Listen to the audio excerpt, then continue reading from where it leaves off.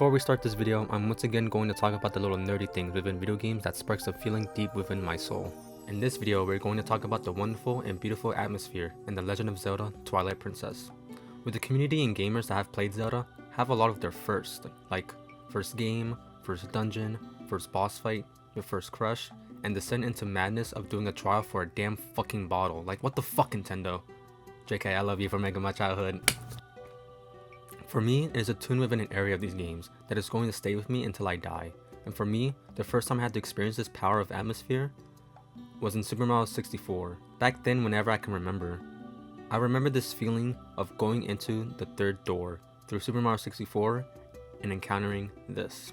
When entering the third door, you're surrounded by the black and white square tiles in front of these two small fish walls with the blue lighting.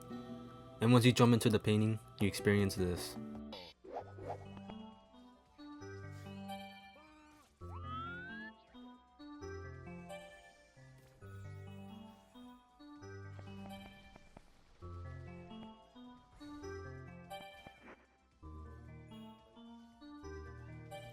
The room for Jolly Roger Bay is so damn beautiful. The piano notes just automatically hit you with this soothing and peaceful and relaxing tune. Or like in Ocarina of Time within the Temple of Time.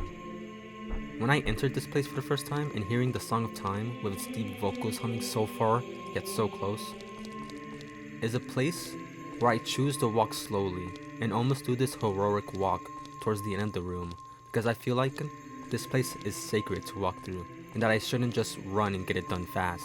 No. I want to slowly walk. And ladies and gentlemen, that's atmosphere. And for this video, we're going to talk about this. In my own opinion, Twilight Princess is one of the best cases of atmospheric Zelda games, along with Breath of the Wild, Tears of the Kingdom, and most definitely Majora's Mask.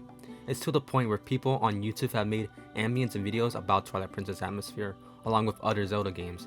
I am proud to say that Twilight Princess is my third favorite Zelda game, in fact. I mean, come on. Look at the full opening of this game. You cannot tell me that this shit is pleasing to listen and to look at.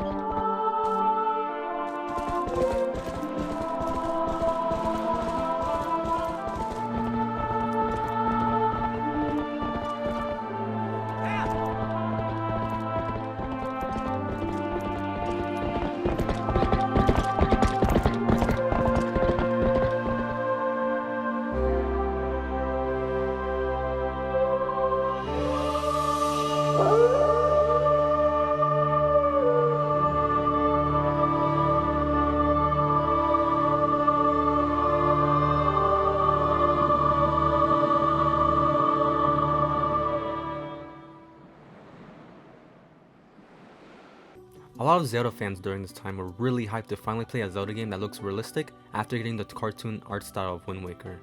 Hell, this meme of guys on the couch being hyped is from the reaction to Twilight Princess on the showcase of E3 2004.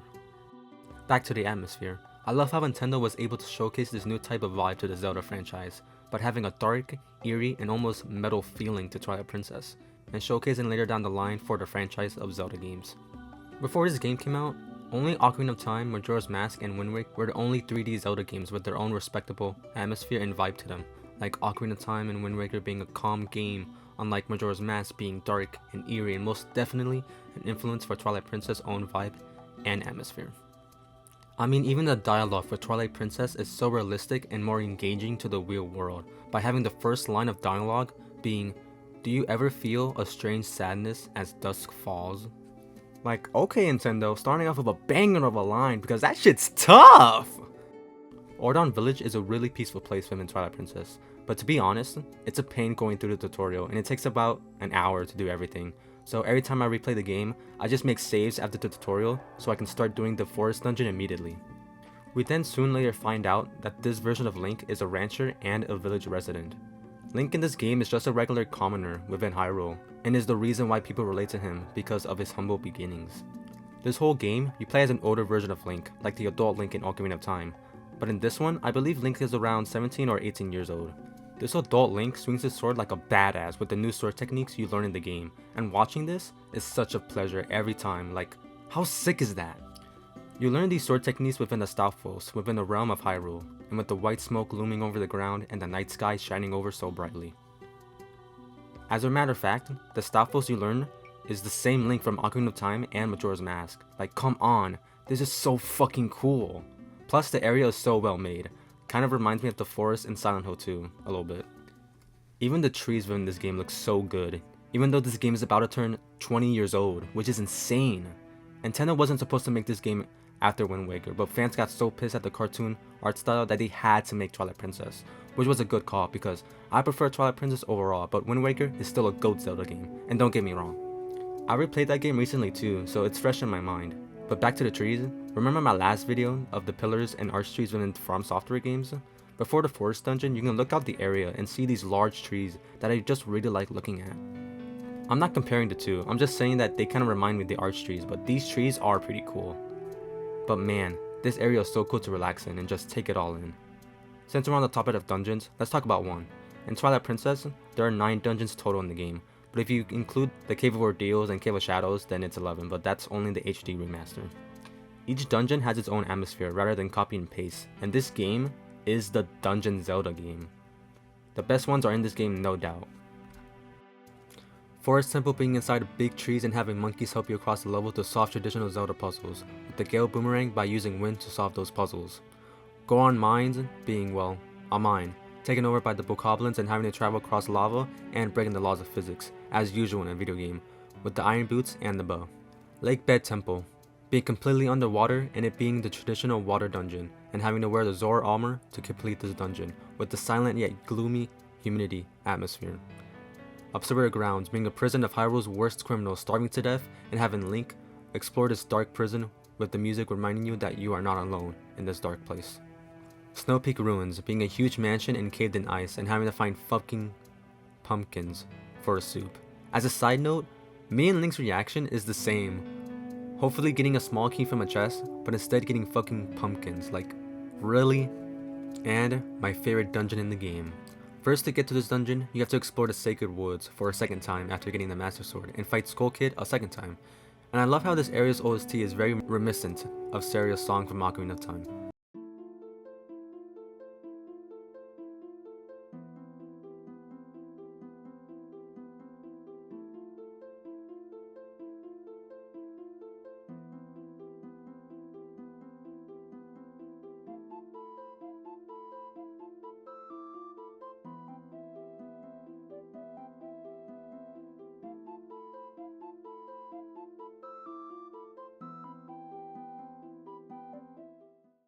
After going through the small mini-boss, you come across the very same temple from Ocarina of Time, and since you already have the Master Sword, you have to put it back to its pedestal, to reveal a mysterious door. Die-hard Zelda fans like me had no idea what they were going to expect when going through this door, because oh man, it is so awesome.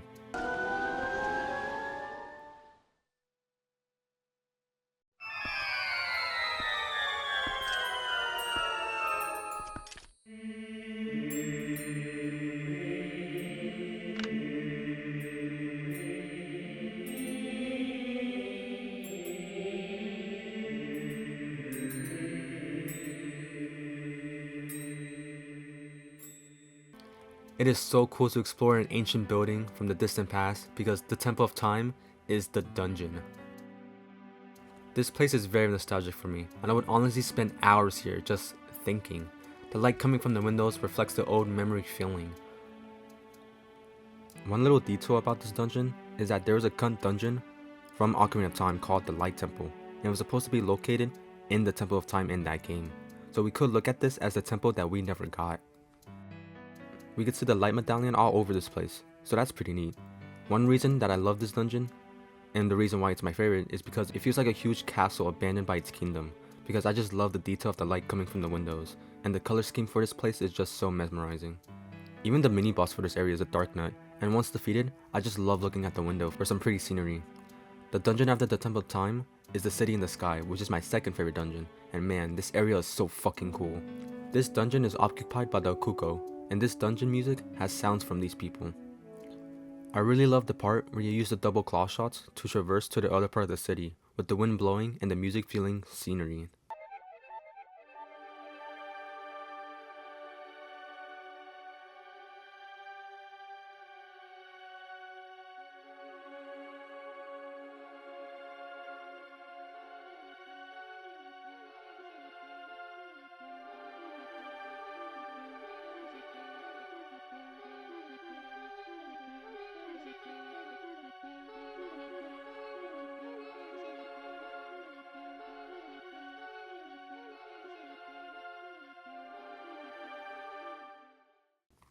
Twilight Palace, being the second to last dungeon, is really good because it shows the eeriness of this realm being dark and controlled by Zant. Then finally, to the end of the game, the very last dungeon, Hyrule Castle, where Ganon awaits for Link as you slowly climb up and listen to the theme of being played on piano in a dark and invested castle.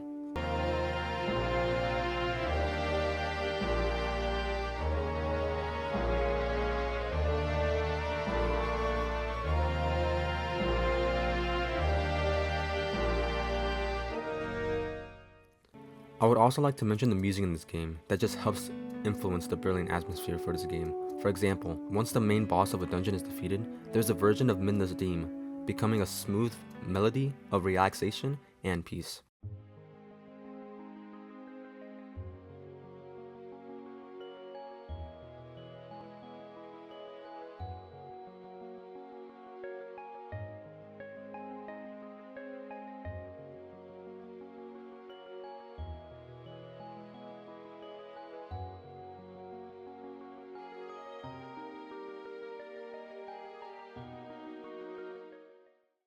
I really like how each dungeon at the end has a peaceful send-off to this music, like in the forest temple that I just showed. But this really shows in Lakebed Temple, in the boss's massive arena, and y'all know how much I love big areas in video games.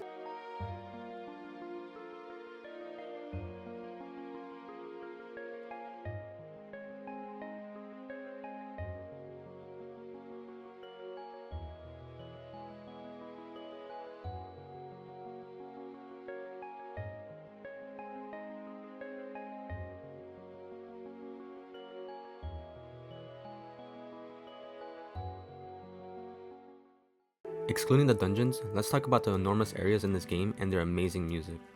After getting the first Tears of Light with the new rendition of Fairy Fountain theme, and having the Pharaoh spirit explain that Link is the hero chosen by the gods because he wields the Triforce of Courage, is so fucking badass.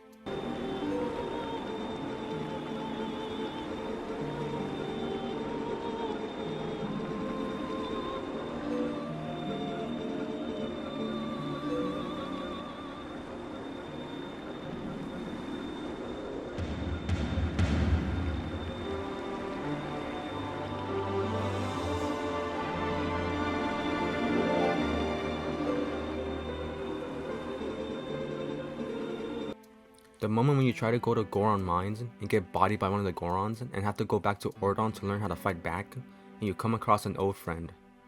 And once opponent is obtained for the rest of the game, you travel across Hyrule Field and listen to this absolute banger.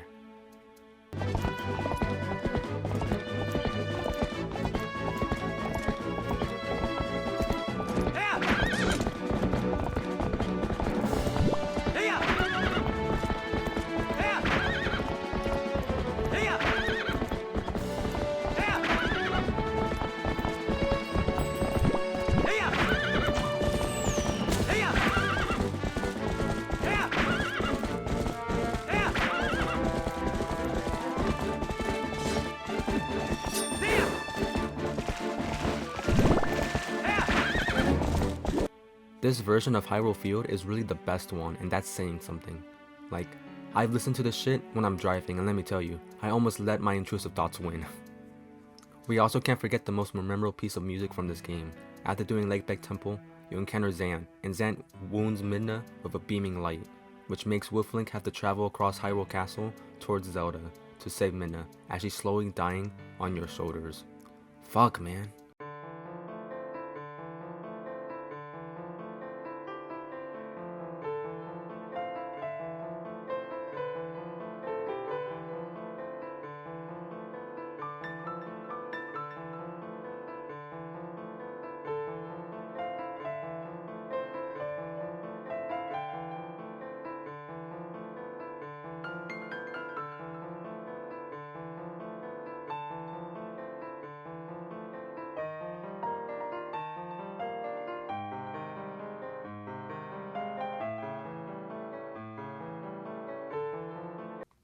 I believe my favorite place to chill and relax in this game is definitely Lake Hylia, because after you get the Tears of Light and the Renairu provision and return to human form, well, let me just show you this.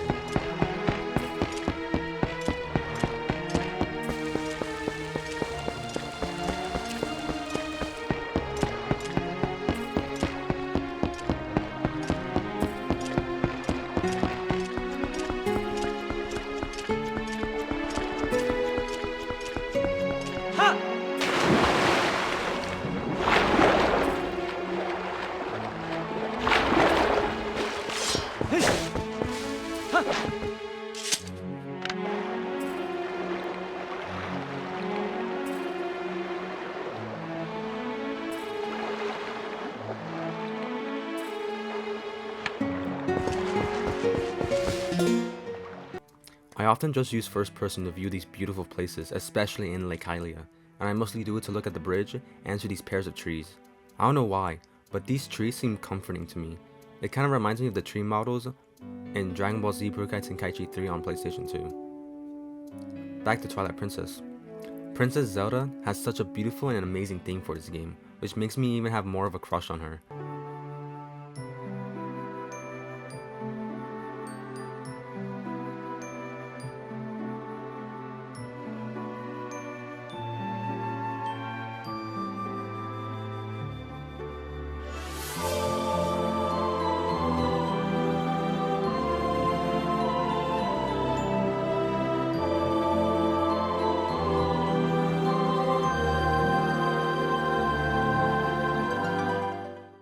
We also can't forget, let's say fuck.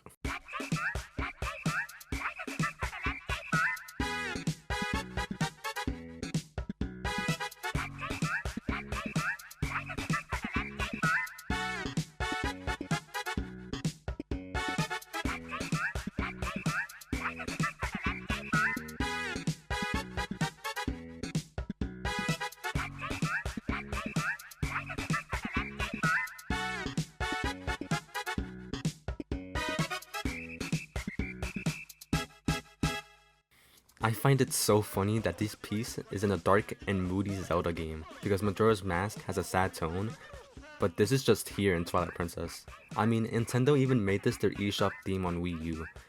I hope you guys have seen that Dashi clip, because man, that shit's hilarious. Donkey bitch ass. Good. I didn't want.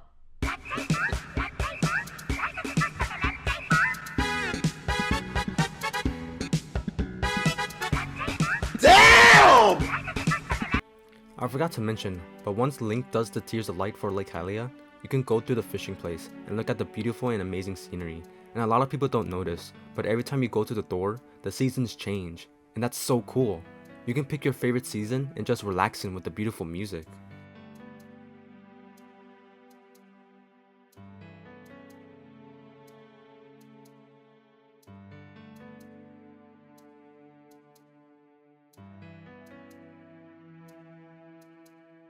I know I was cherry picking with the music, but I really like this game because it helps influence the atmosphere that moved me in my first playthrough.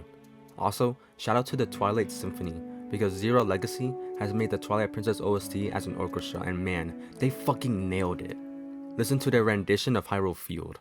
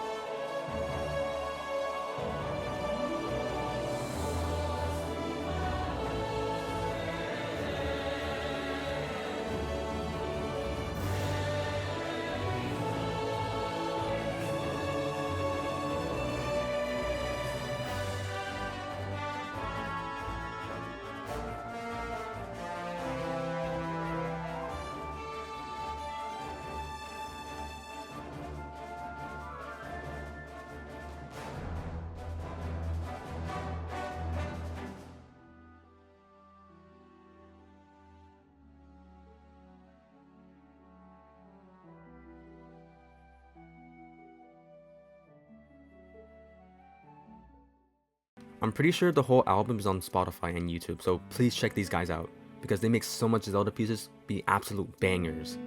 I bet one commenter is gonna say why bro glazing the music or some shit like that. Back to the main game, after you leave the final puzzle within Hyrule Castle, after going from floor to floor, you finally reach the very top, and look out to the Kingdom of Hyrule, as the wind blows with a dark and yellow sky, yelling down below, and all that's left is Ganondorf. Once you defeat fake Zelda and Dark Beast Ganon, you and Zelda finally meet in this empty yet peaceful state of reality. And man, I know Twilight Princess did not have Link and Zelda be romantically paired, but this scene really shows how they're destined to be together, no matter of a romantic subplot or not, but this shot is so damn cool. Link and Zelda must ride together and defeat Ganon on horseback, and to be honest, I had trouble on this part because of these damn ghosts, but once that's all over, Ganon stands up and challenges Link for one final duel, and holy shit, this is so metal. Like, Ganon even uses the sword that once killed him by the sages. I mean, how is that not metal? Let's fucking go! Once you and Ganon clash swords back and forth, the prompt will show up, as Ganon, the wielder of the Triforce of Power, is lying down. Link does this sick ass front flip and stabs Ganon through his chest with the Master Sword. Ganon stands up, and Zan gives the final punch, snapping Ganon's neck as he dies standing to oppose the royal family and the chosen hero, with the sun setting and the clouds disappearing.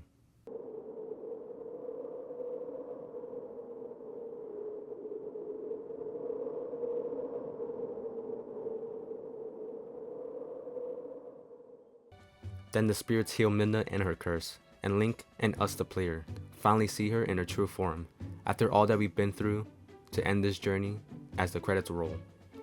The credits for this game really stands out more than other Zelda games, because it shows all the characters' arcs and how they are doing after the battle with Ganon, and man, the music is so well done. Dude, I can't stop talking about it.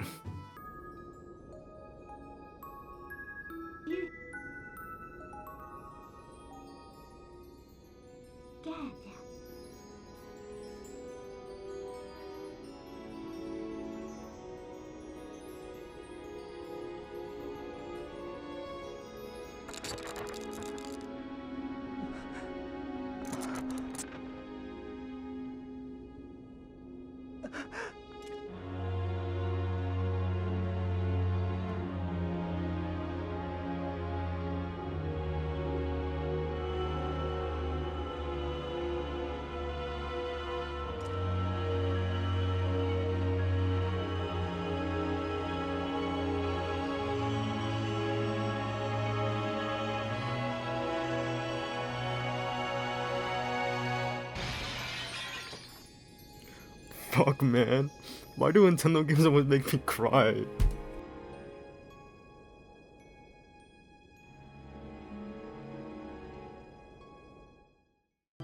As one of the village people calls out Link's name, Link leaves Ordon Village with Epona, with the franchise theme playing in the background.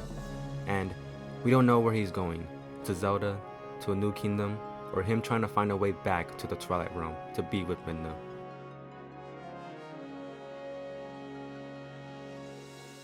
Fuck you, Alamuna Miyamoto. I wish games had a viewer discretion warning for post-game depression, man. And with that, ladies and gentlemen, is Twilight Princess, and its wonderful, brilliant, and beautiful atmosphere. God damn, I love this game. If I had played this game during my younger years, I would have said that this game is my all-time favorite, but I only played this game right before quarantine hit. I wanted to make this video displaying Twilight Princess in my own words, and talk about why I revisit this game and why I love it. I hate it when people say Twilight Princess has no identity. That's just 100% wrong. No other Zelda game can capture as many different atmospheres as Twilight Princess can, and its unique atmosphere gives Twilight Princess its own identity. I know Breath of the Wild and Tears of the Kingdom being the new standard for 3D Zelda, and that's great, don't get me wrong, Breath of the Wild is my all-time favorite game, but I hope the next mainline Zelda game goes back to its original form, and maybe a sequel to Twilight Princess. But we're at the end of the video, and I want to thank everyone who stayed at the end of the video. I love sharing my passion for video games and talking about why I love them, and talking about this game and the Zelda franchise as a whole. And again, thank you so much for watching my video, and listening to me talk about all the nerdy stuff that's in video games. And don't forget to like, comment, and subscribe. And maybe comment down below and give me your reason why you love Twilight Princess. I appreciate every single one of you on the other side of the screen. And one more time, thank you for watching.